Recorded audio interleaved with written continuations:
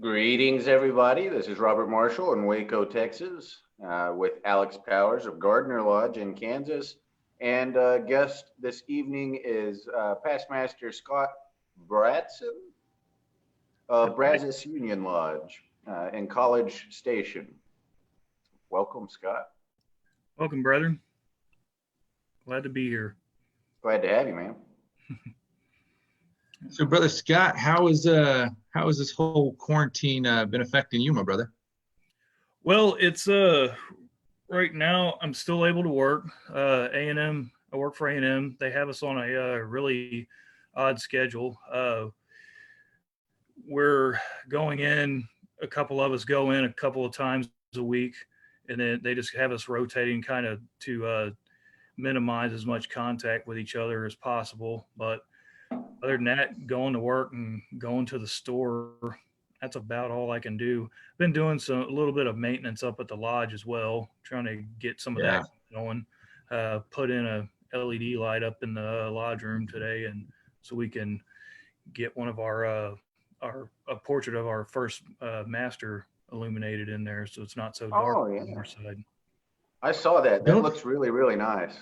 Yeah, don't you love that about quarantine? You can put up an LED without like 15 meetings to support it. yeah, I do. Makes it a lot easier. Yeah. That's Uh, awesome, man. Yeah, it seems like a big trend. Everyone's trying to get in their lodge while regular meetings aren't going on and other bodies aren't using it. That's always our big thing is we try to do stuff and then we've got Eastern Star and other nights and stuff. So makes it kind of a headache at times to really jump into a project. But yeah, times like these offer a unique advantage. So hopefully a lot of people are able to take advantage of that as well without getting too many people in the lodge to make a risk. Yeah, I had to go up Well, there and fix a part of the our air conditioner needed a new power cable, so I had to go rewire that and everything. So fortunately, it wasn't too hot outside, wasn't too unbearable in there. right on. Well, hey everybody, thanks so much for hopping in. I see a whole bunch of people coming on live with us this evening and dropping some comments. We always appreciate the comments. We can see the number up top, but we can't really see you individually unless you drop a comment for us. So let's see. We've got brother Chris Neely joining us again, brother Maddox joining us again, brother Marvin Fletcher, Dustin Spillman, brother Selmer, brother Boyd, brother Staley, brother McGuire's back, and of course, brother Mark up in Nebraska. Great to see all of you guys. I even see brother Tuff in here, brother Gary from here in Kansas. So thanks everybody for joining on. We appreciate the support each and every night. So if you're joining us for the first time, kind of the rundown of this deal is here at Historical Light. We usually do our YouTube show and podcast. We've devoted some time each night to come on live to do 15 minutes, chat with the brothers, share some history, and end it off with a traditional 9 p.m. toast. So a lot of you guys have been joining us nightly throughout this endeavor. And for those of you just joining in, keep us in mind because we'll keep doing this just as long as we can until this quarantine runs out. So thank you everybody for joining in. Hey, brother Robert, how's things going down your way? Doing well here. A little bit muddier than I'd like, but got some work done on the house today and had a couple of students, one EA and a fellow craft, come by and study from a distance. And cooking right along, I guess. Fantastic. Yeah, we're all muddied up here as well. We've had some great weather here, but today was just nothing but rain, man. Looked beautiful this morning, and then it's just been miserable ever since. So I've been on the computer booking some hours in, getting a whole bunch of work done on this Kansas Lodge Research digital archive we're building. I'm telling you, if you're not a member of Kansas Lodge Research, you definitely want to check that out here soon, especially when we start getting these lodges digitized and added in here. This archive's a monster, and it is a thrill ride to jump into. So definitely something to keep your eyes on. Let's see, Brother Bratson, you were kind enough to come on this evening, not only to offer up a toast for us, but it sounds like you got some history to share as well. So if you don't mind, I'm gonna hand it over to you, see what you got. Sure, Alex. We got a few things here that we got. Um, We'll go ahead and start. One of them is a book that I have here. It is Grand Lodge Proceedings from 1854 to 1857. And what's special about this is the 1854 is when Brazos Union Lodge was chartered. We were under dispensation in 1852. I can't find the place in here, and I lost the bookmark a second ago. But under the dispensation, we were granted the dispensation by Brother Francis Barziza, and he had issued a warrant for us, but he was unable to attend to turn in the paperwork to Grand Lodge because he was ill at the time. So what he did was that warrant was eventually pulled, and then he went to Grand Lodge and made good and said, "Hey, I was unable to attend. I granted them a charter, so they should be able to meet," and they have been, and they've been doing greatly. So, and then another thing, we've been doing some renovations on our building recently. We have a great master plan to get that taken care of. I believe it was October. We did a few things to the outside of our building, and we had these on the outside of our building. Ooh. They're light globes. And this was for the passerby they were placed up on the building, and they were to tell the passerby who was, what body was meeting. I have one here. This is the commandery. And then we have one for the chapter and council. But when they get restored, I have one for the Blue Lodge, and it will look something like this. Nice. Very nice. Yeah. I brought them home so I could get measurements on them, and then so then we could hopefully go to a glass maker and get duplicates made, because I really would not want to put these back on the outside of the building. They've been out there long enough, so we'll decide to retire them and possibly put them up as a fixture inside the lodge. So hopefully that will take place soon. Very cool. Do you know, when, I don't know how old your lodge is, but were those original globes, or? To our knowledge, yes, they were the original ones. The building was built the cornerstone was built in 1910, and it was Nice. there in downtown Bryan, and the building was originally finished in 1911, the next year. Right on. Man, it seems like it's getting harder and harder to find like legit ones of those. I've been to a bunch of lodges that now they look great from the street down below, but you get up close and they're plastic, and they've got like the Masonic sign kind of attached on, and ends up that they're, actual like gas pump deals from back in the day. And some of these guys said, back in the day, kids would have slingshots or whatever, shoot them out with pebbles, and they just got tired of spending the money to replace them with good ones, so put plastic ones up. So yeah, those are getting kind of unique, man. Yeah, we're looking at ones that were acrylic to replace those, something that's a little bit more durable. But really that side of the building faces the west, so we're worried about the sun kind of fading them a little bit. So we'll see what our options are, what we can do for that. Right on, man. That's cool to see that you guys are doing that work, though, to bring that history back to life there. That's good stuff.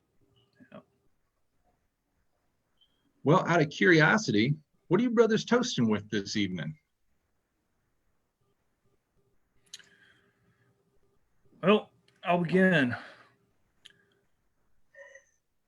Homemade whiskey.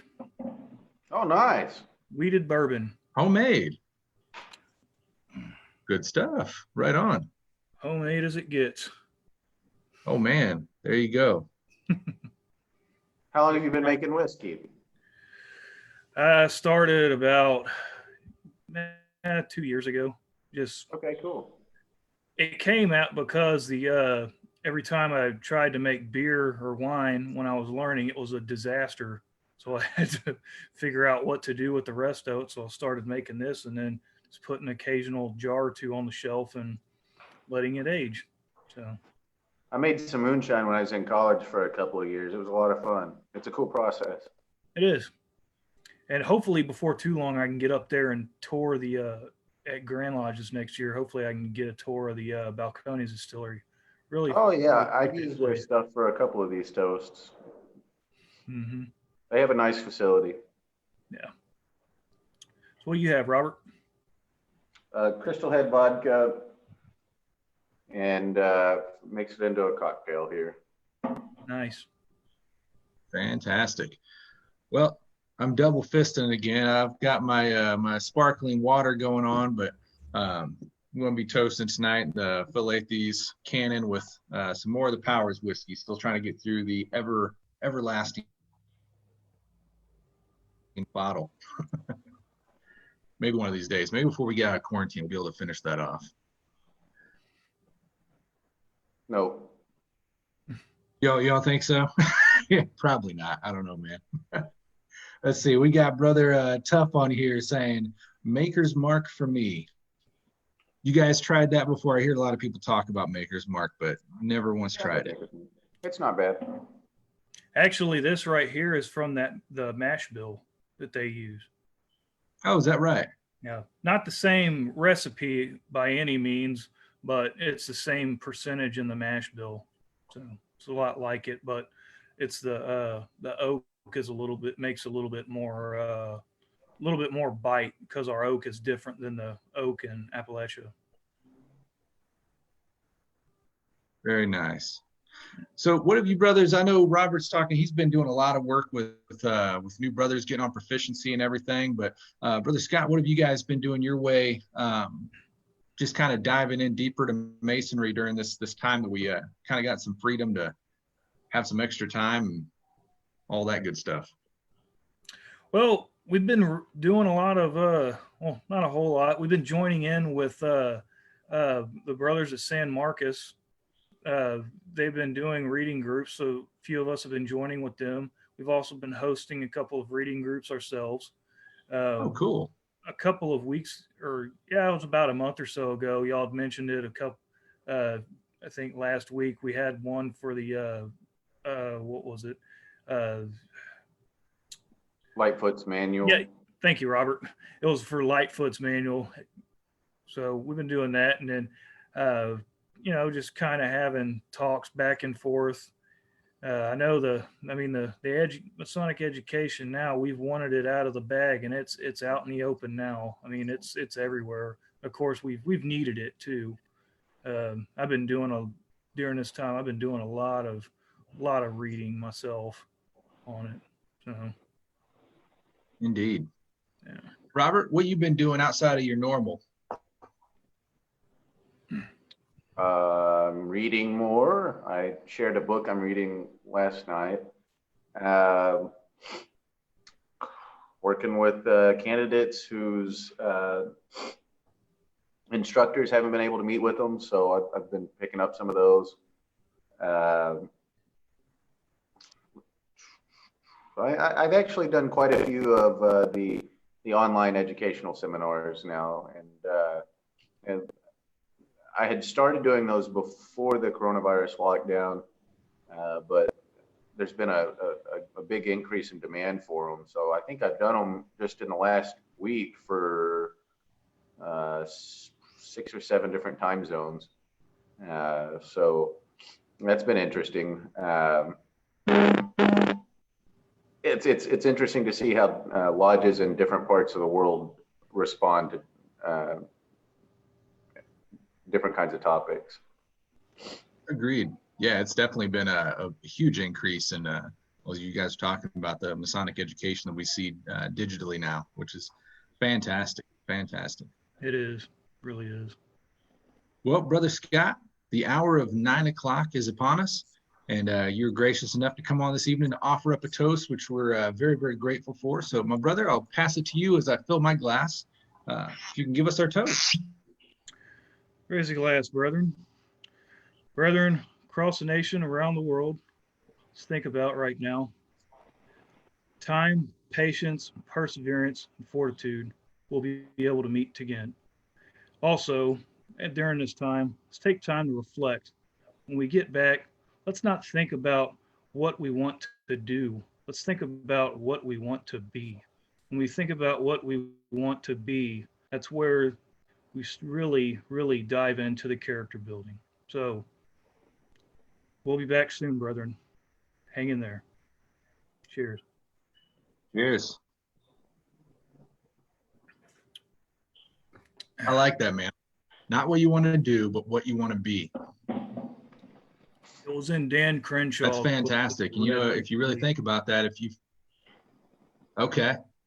Made me I like the sentiment behind that, because if you really think about what you want to be, then that really puts you on the path of what you want to do. I think a lot of people just worry about the do too quickly, and it doesn't really reflect those other side of that meaning. So I like that. That's a good thought process to have.